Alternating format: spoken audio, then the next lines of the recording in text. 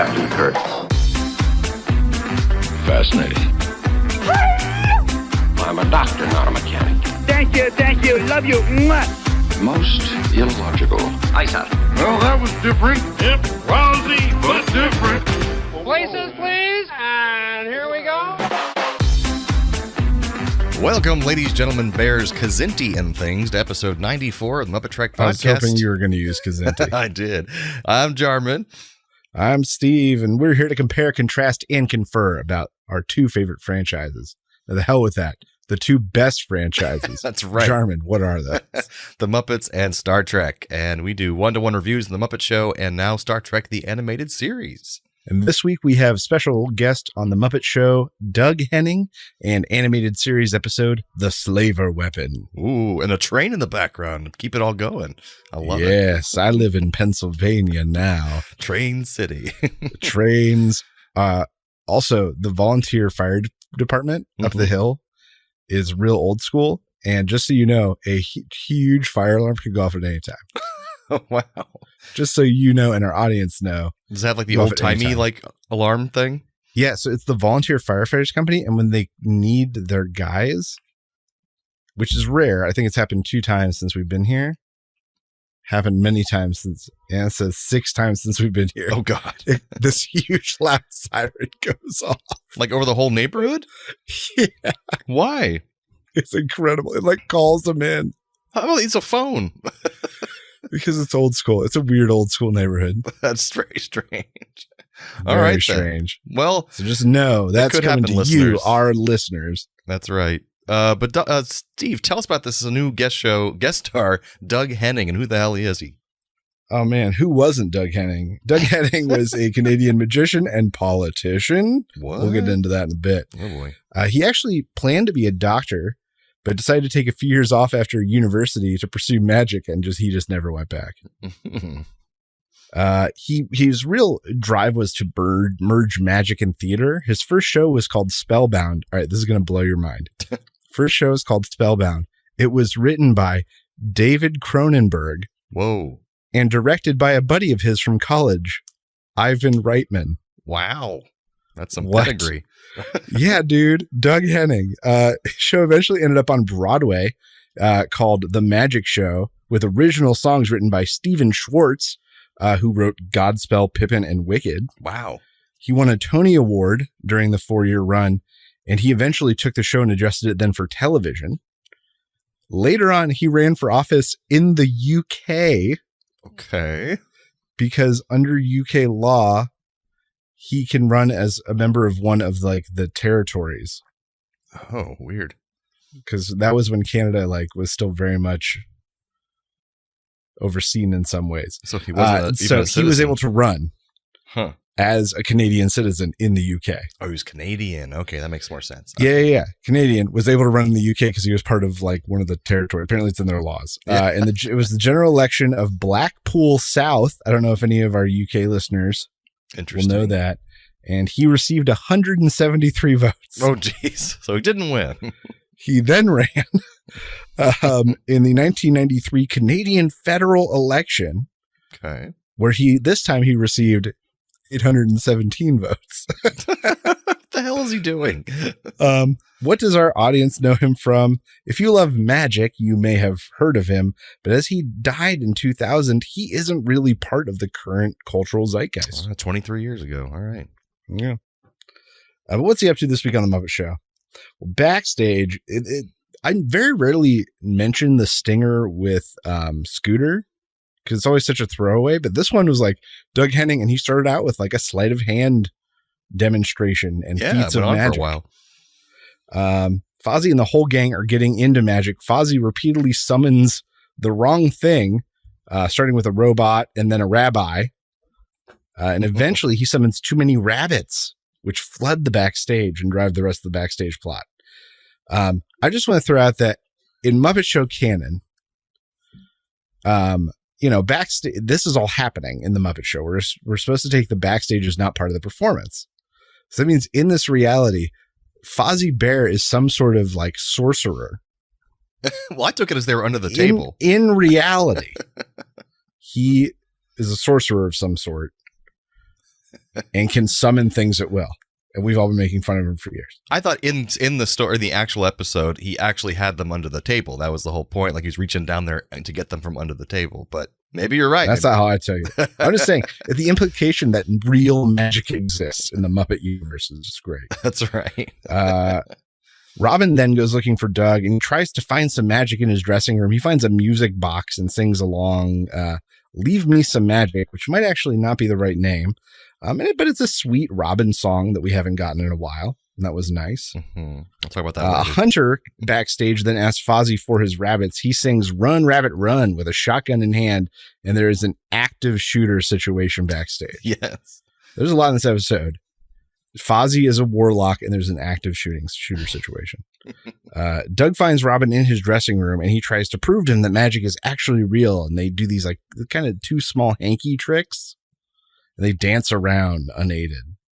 Mm-hmm. On stage this week, Kermit introduces Doug Henning, but first he makes a forced introduction to Miss Piggy. She sings It's Magic, chasing Kermit romantically across the stage as he waves the magic wand and disappears repeatedly. Kermit then introduces Doug, who does this like classic putting a monster in a big sealed box and the steel plates through it. And it's a trick that we've all seen a million times. Yes. Up next is Veterinarian's Hospital, where bunnies have invaded the set as Dr.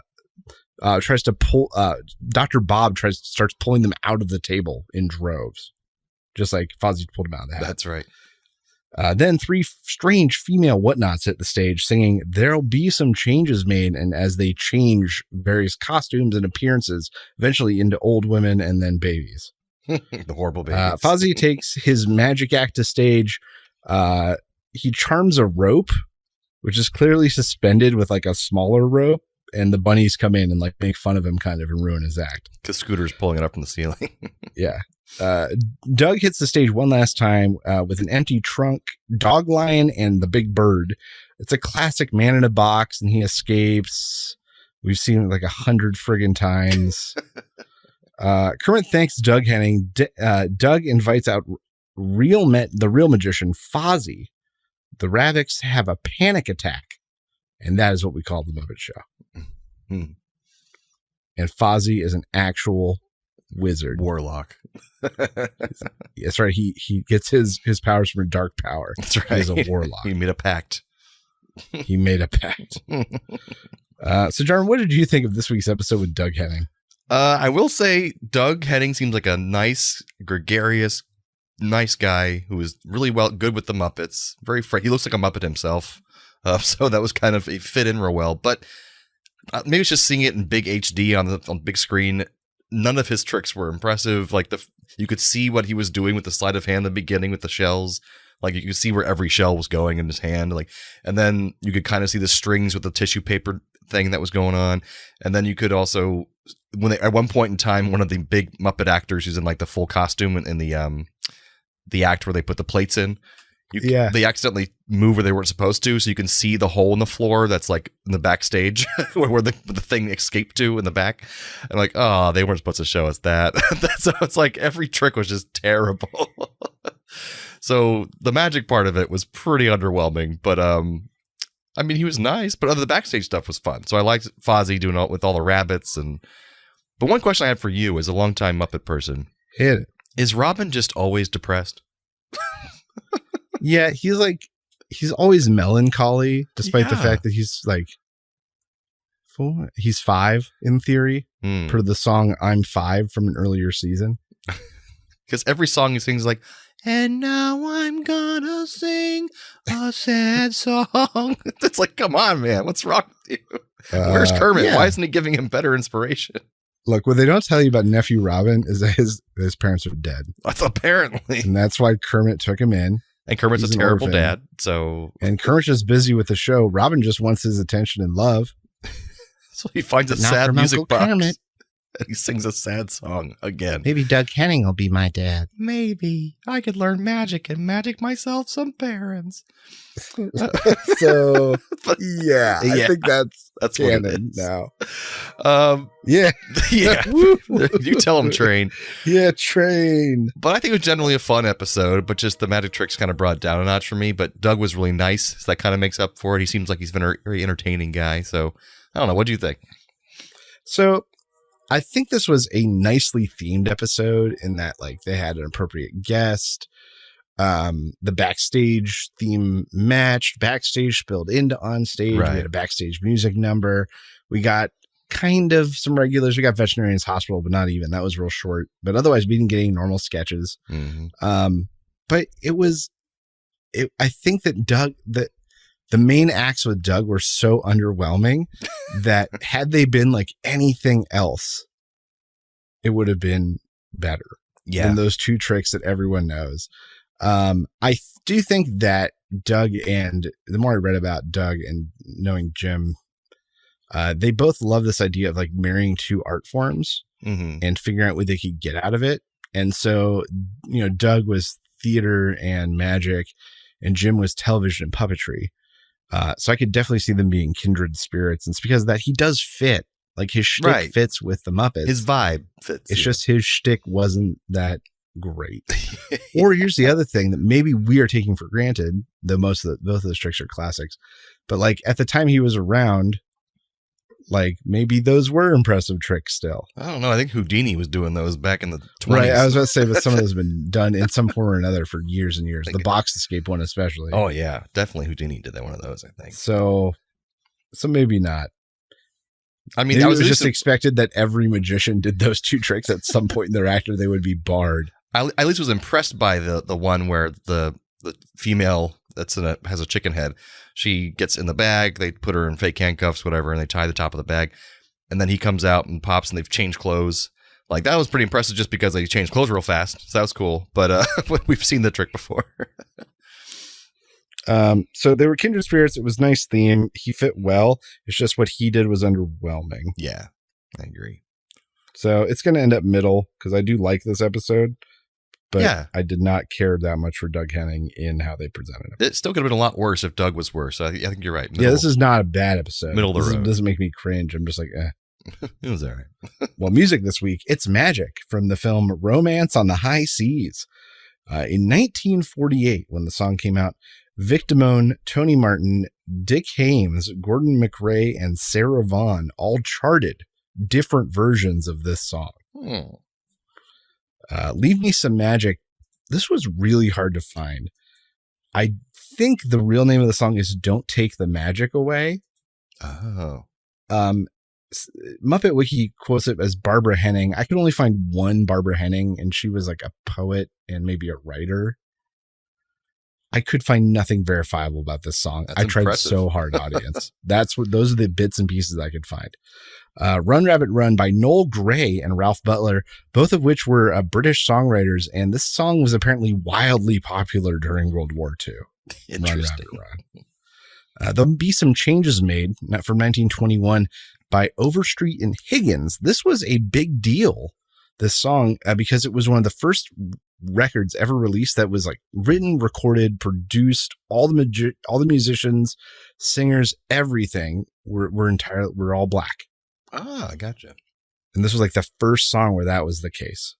So this song is culturally and historically significant, kind of important in that way. Very cool. So Jordan, what do you think was the best Muppeteering moment this week? I'd say I was actually legitimately impressed when all the rabbits start flying out of his hat. And then that was great. Almost as soon as they land, a Muppeteer has one going back up with his hand in it. So it's like either they, let that one fall and they already had one on their hand. But either way, there was so many of them going at one time. It was just very impressive that they were making that all happen at the exact same time. So that was very impressive for me. I'm going to say that it is this week the three whatnots changing form rapidly. True. That was impressive throughout. Too. I just liked that effect and the way they did it, and so it was a fun, catchy number in the middle of otherwise kind of like a draggy. Because Miss Piggy's song, while good, was not like an exciting song. Nephew Robin's song, while good, was not an exciting song. So I think that song kind of saved it for me. It definitely picked up the pace for sure. Yeah. But now we have the Star Trek episode, The Slaver Weapon. The Slaver Weapon. And so it's a weird one, but interesting. So we have Spock, Uhura, and Sulu that are going to Starbase 25 to deliver a stasis box, which is apparently a rare artifact from an ancient alien culture called the Slavers. Apparently they died out 1 billion years ago or something like that, and they don't know much about them, but they had advanced technology, and these boxes hold on to objects from the slavers, and time is frozen inside of these boxes, why they call them stasis boxes. So the objects inside don't age, and they're very valuable to find these. And when you do, sometimes they have advanced technology and valuables, but sometimes they just blow up. So you have to be careful, and so they're bringing them to scientists who can open them carefully and study them. But suddenly the box starts to glow in their shuttlecraft, which apparently means that another stasis box from a slaver culture is nearby. So they track down the signal to a nearby planet, and they land, but they're ambushed immediately by a group of Kzinti, alien cat-like people. These people were apparently banned by the Federation from having any weapons because they kept trying to go to war with the Federation over and over and over and losing every time. So the Kzinti, these cat people, lured them here because they're trying to collect the boxes and find the ultimate weapon so they can destroy the Federation once and for all. But they imprison Spock, Uhura, and Sulu in like a force field cell, and they finally open the stasis box, and inside they find the first ever picture of a being from the slaver race. It looks like a big green monster. They'd never seen one before. And then some kind of alien device, which they think might be a weapon, but they're not sure yet. And apparently some raw meat or something too, which they don't really go into that, so it was just strange. The device apparently has several settings, which causes it to change shape and apparently function. And at one point, the crew escapes their cell when they're using the weapon, and it just knocks out all the force fields in the area. So they're able to run away, and they steal the weapon. Sulu changes the setting on it and shoots it off in the distance, and it basically sets off a nuclear bomb on the planet they're on. So he probably shouldn't have done that.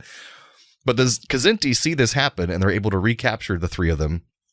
But now the Kzinti can't seem to find that setting again. It keeps changing shape, but it won't go back to that. Keeps turning into a sex toy. Yeah, just a big dildo. It's like a butt plug, but also a pacifier. It's like a strange combination. Weird. Some kind It of was weird. baby kink, I don't know. Done it. But eventually changes into this orb that communicates with them. And it's like a robot voice, kind of like a computer voice. And they're asking the thing to change back to that setting that blows shit up. But the device starts being suspicious of them and says they need a password to interact with it further. And they don't know what that is, so they fiddle with it more, and it changes shape again. And it kind of looks like a dual gun or two-headed dildo. So they go outside and try to shoot it again. But it self-destructs and kills all of them. So the Sulu, Uhura, and Spock are free to return to their shuttle, and just the device is gone, and now they have a picture of the slaver, I guess. And that's the end of the episode. Yeah, it's like a college, freshman photo. Yeah, exactly. So what'd you think of this episode, Steve? Okay, so some things I liked. This episode was like had the MacGuffin of all MacGuffins. that device. It's a secret box, like one MacGuffin. What's inside of that box? Ooh, another MacGuffin that can turn into any MacGuffin. It's a J.J. Abrams mystery box. I have to go one level deeper. How many more MacGuffins can we get in there? I like that there was no Kirk. Yeah. Like clearly Shatner had the week off, I guess. Apparently like one of 2 episodes ever of Star Trek or the animated series that he's not in. Yeah. So except for anytime they had to show sideways Sulu, like a profile of Sulu, it's just Kirk and they colored his hair black. Really? I didn't notice that. Well, watch for it. There's like one or 2 times I've caught it where they don't have a slide for Sulu because they don't have enough animation of him. And so they just grab a Kirk oh my God. or a Scotty and they like turn it sideways and color it dark. I'll have to go back and watch no one that. notices. I loved emo cat. Like that one cat just looks so sad. The old like grizzled one. Yeah. I liked that the thing looked like a glorified sex toy. It made it really hard to take it seriously in any way. And it was a classic ending, classic Star Trek ending. The thing that they wanted the most was what destroyed them. Like very true, classic and poetic. Some things I struggled with. I felt like there was no drive in this episode. It was just the crew kind of sitting around and waiting for something to happen to them. I wrote that in too. I put the main characters didn't do anything. They just got lucky and escaped. They didn't actually accomplish anything. Yeah. And like the whole, I get the metaphor. The whole cat and mouse thing where like they each get the device and it kind of trades back and forth a little bit there in the middle. I'm like, oh, I get it. Cat and mouse. What does any of this mean anything? They just keep having some reason to take it from each other. I guess they almost had a drive for urgency when Uhura says, we've got to get that back from them because now they know what it can do. But then it kind of just pitter patters at the end there a little bit. Yeah. So overall, not bad, but certainly not one of my favorites. I did like that it's just like kind of original story. I like the backstory that they were giving of these people, but it doesn't really work because it like is never mentioned that there's this race that apparently ruled over the galaxy for 1 billion years ago. The Slavers, right? Yeah, they never mentioned that anywhere else in Star Trek lore. So, and they kind of look like snake people, kind of, and dragon people. And do they enslave people? They didn't really say anything about that, but they're called slavers. So I don't know. That's why I didn't like that. Just it doesn't fit anywhere in the rest of Star Trek lore. But I thought it was an interesting story, and the Kzinti are. They're cats. They're cool, but they're kind of cheesy. They're cool. They're cool. The cats. Whatever. They got one of them psychic. Apparently, little hairball here and there, but they're cool. They're cool. They throw up every now and then. But yeah, I think it's pretty like the other one, kind of middle of the road episode. It wasn't bad. I think it's entertaining. So middle of the road for me as well. But we have some trivia. It's believed that the Kzinti's spacesuits and ships were colored pink because director Hal Sutherland was colorblind. We ran into this in another episode in the past. Pink and gray look similar to him, apparently. But however, according to a storyboard artist character designer Bob Klein, color director Irvin Kaplan, who had a preference for certain colors and never listened to input from others, was to blame for this artistic choice. He's like, I like pink, and I'm sticking with pink, and no one can change my mind. So after the episode aired, producer DC Fontana, who's wrote tons of episodes, she apologized to the writer Larry Niven for all the ships being pink for some reason. And in this episode, writer Larry Niven, who people recognize as a big sci-fi author, he introduced the cat-like alien race, the Kzinti, from his Known Space series of novels and brought them into the Star Trek universe basically by doing this. Niven was asked directly by Gene Roddenberry to adapt his story from that universe into this teleplay. And yeah, so it's just kind of neat that series was now put into there. And he changed the characters from his short story into Uhura, Spock, and Sulu. And he said there wasn't really a place for Kirk in this one because of what the characters had to do. He said it didn't make sense for Kirk, so they just left Kirk out. I was like, cool. There were plans for the Kzinti, the cat people, to return in Star Trek Enterprise in 2001. But the series takes place a century before the animated series, but the show was canceled before this would come to fruition. So they were going to do it, but it got canceled. But they're later brought into like PC games and battle games and stuff. So they're kind of incorporated into the lore. And they do make an appearance in animation again in Star Trek Lower Decks, and they're mentioned in Star Trek Picard. So they are a real thing. Nice. So, Steve, what are our Trek Connection Muppet connections this time around? All right, one of them is legit. Both Doug Henning and William Shatner are Canadian. Yeah, that's true. That's true. That's a true thing. Okay, so I just want our fans to know that this is the most far-reaching Trek connection I have ever done. Oh, boy. Doug Henning was a black hole. All right. What? Doug Henning was in the movie version of his Broadway show, The Magic Show. Mm-hmm. In this movie was actress Tabora Johnson. Okay. Late in her career, she did a voice for the animated kids show Rescue Heroes. Mm-hmm. The main character of this show was voiced by Tara Strong, voice actress, who also did a voice for the video game Star Trek Starfleet Command Orion Pirates. Whoa. In 2001. Damn.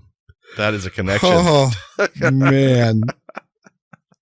That one was really tough. It's weird that it's tough because this is the same episode. I mean, they're so similar. They're so identical. It's crazy. I mean, both episodes have characters disappearing into thin air.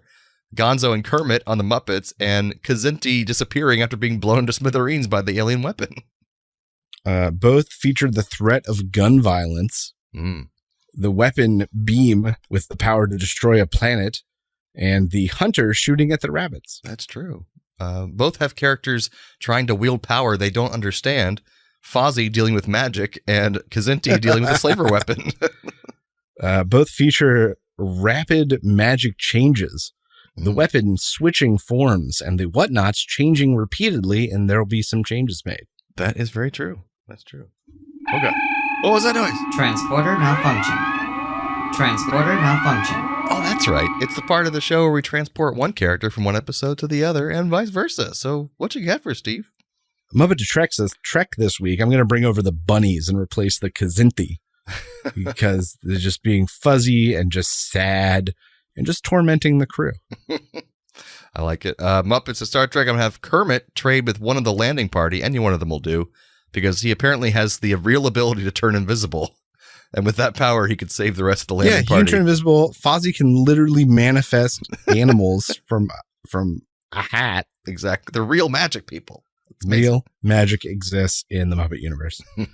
Trek to Muppets, I'm going to bring over the Kazinthi and replace Doug Henning, using the slaver weapon in mysterious and magic ways to astound the audience and then blowing themselves up. I like it. Star Trek to Muppets, I have the old psychic Kazinthi trade places with Doug Henning because he could do woo-woo mentalist acts instead of the high school level magic we did see because it'd be a lot better. He's a psychic. But that brings us to the end of episode 94 of the MuppeTrek Podcast. Join us next time for the Muppet Show with special guest Andy Williams. And animated series episode, Eye of the Beholder. So from the lovers, the dreamers, and us, live long and prosper, everyone. Thanks for listening to the MuppeTrek Podcast. Be sure to follow us on social media on Facebook and Twitter. Subscribe to us on Apple Podcasts, YouTube, Spotify, or your favorite podcast platform. This podcast has been brought to you by A Play on Nerds.